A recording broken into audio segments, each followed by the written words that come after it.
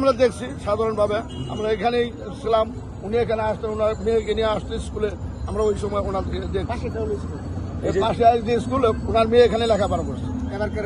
আজকের দিনটিকে কেন বেছে নিয়েছে এটা হয়তো তাদের ব্যাপার, এটা সম্বন্ধে আমি মন্তব্য করতে চাই বুঝি না। প্লেস ওখানে হয়তো জায়গা বেশি, সংকট বেশি, এরকম জায়গা আরো অন্য কোথাও নাই।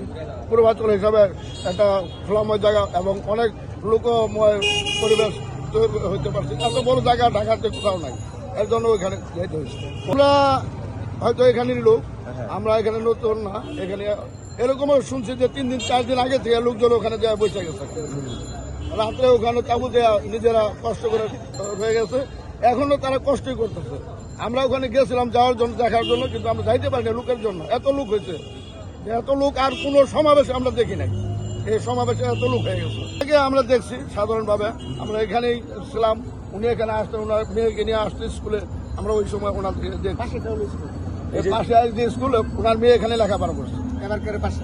অনেক পার্থক্য, অনেক পার্থক্য, হয়তো বা 17-18 বছর পর ওনাকে দেখার জন্য মানুষ অপেক্ষা করতেছে।